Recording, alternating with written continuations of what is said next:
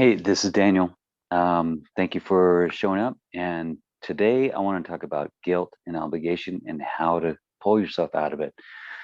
So I've got a lot of experience with guilt and obligation and done some work on it and to find out where it came from. And so I'm really clear about where it came from and I can see when it pops up. And it's an interesting thing is that what we're going through right now, what the collective is experiencing, it seems like there's a lot of guilt and shame and obligation going on. Wearing a mask, not wearing a mask, 6 feet away from each other, vaccinate, not vaccinate, all these things. And there's so much. It's if we can remember that it's not about what you think it's about. It's not about vaccinations. It's not about dying from the virus. It's not about any of these things. The collective energy that's going on is guilt and shame and obligation. So that's what we're working through. And it seems to me that, if we were living in a more evolved world, that it might be that we allowed everyone to have their own way of being, to what's the word, to be self-determined and to either wear a mask or not wear a mask or whatever the thing is, to allow everyone to um, do what they feel is best for them.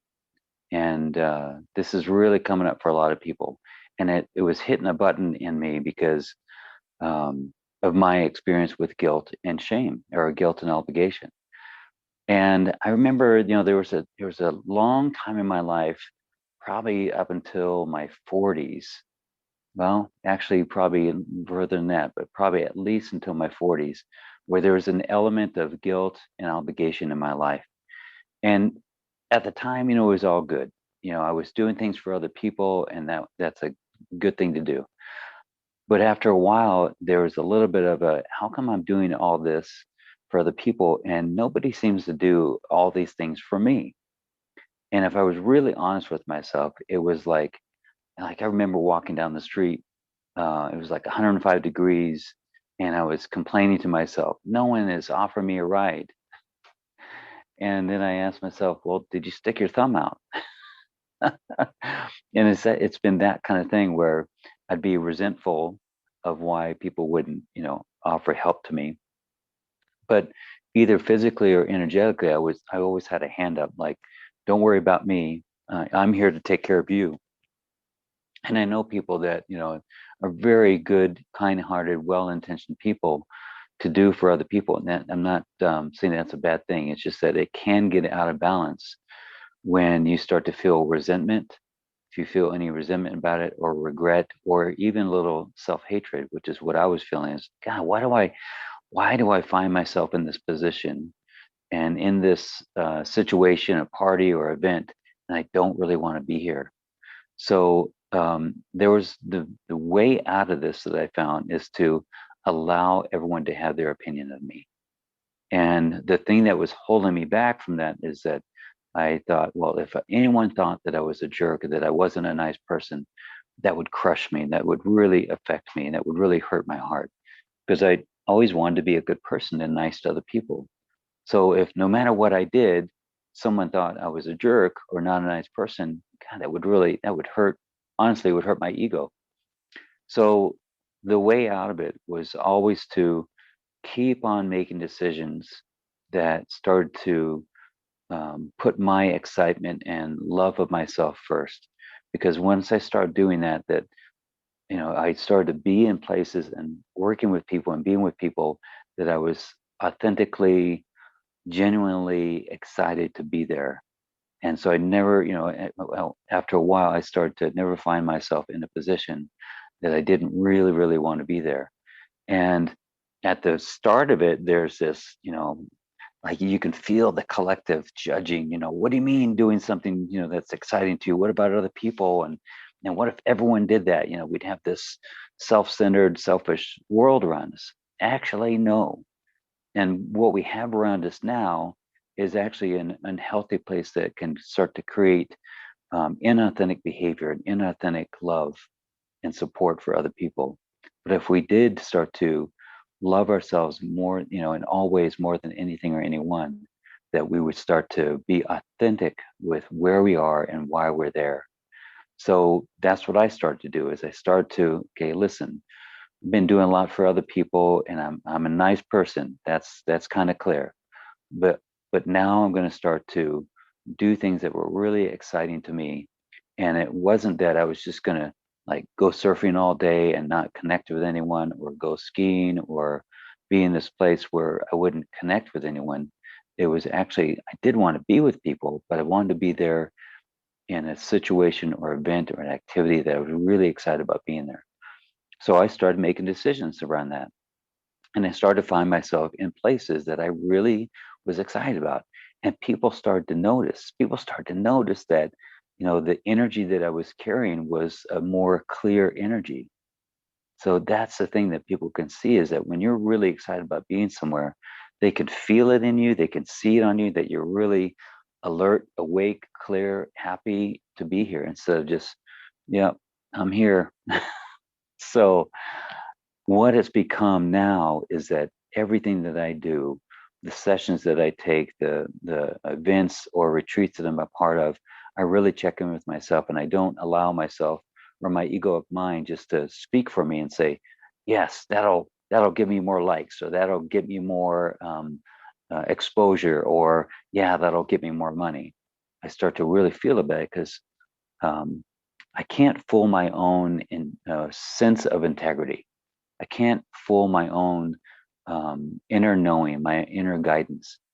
And so I started to listen to that more and more. And really, what's happened is that people get more of me, actually. They get more of my heart, more of my authentic energy. And it starts to shift everything to where when you're in alignment with an alignment and an integrity with your soul and your heart, everything just starts lining up for you. You can imagine that if you're a little bit out of integrity with something, then things are a little bit tougher. So I'm working with this guy.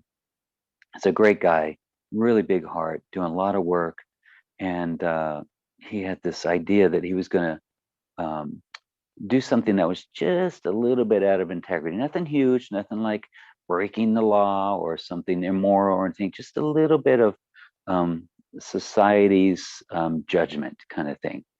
And he thought about it and said, I could get away with this and get a little bit more kind of thing. And the more he thought about it, it was so cool because, see, the backstory is that he's been living with guilt and shame from when he was a little boy. And he just made this decision the other day to stay in integrity. Even though it was the smallest thing, nobody was going to probably find out about it. Nobody was going to know he did it. It's just that he would know that he did it. And it started to kind of pick at him a little bit. Whereas before in the past, it would have not picked at him. It just went, no, I deserve this. No, I should do this. But he made that decision. And it was a huge decision. It's a small thing, but it had huge consequences because it answered the question, how do I get out of this? How do I get out of guilt and shame? Well, you start making choices that are just more and more in integrity. There's a story. It's one of these moral stories, and the story is um, these three men go to this guru, this teacher, and they're getting lessons from him. And the guru says, "I have an exercise for you. I want you to take a chicken, and I want you to go where no one sees, and I want you to kill that chicken." And so, you know, most of them said, I can do that. So, one of them went around the corner, killed the chicken, brought it back. The other one went into this house and killed the chicken. No problem. I've done it. And the guru is waiting for the third guy to show up, and he's waiting for him to show up, and he's late, and still waiting for him. Finally, it starts to get dark. And that third student comes back to the teacher and says, I'm so sorry. The teacher says, what happened? I told you just to kill the chicken where no one sees. And the student goes, everywhere I went, there was somebody who saw.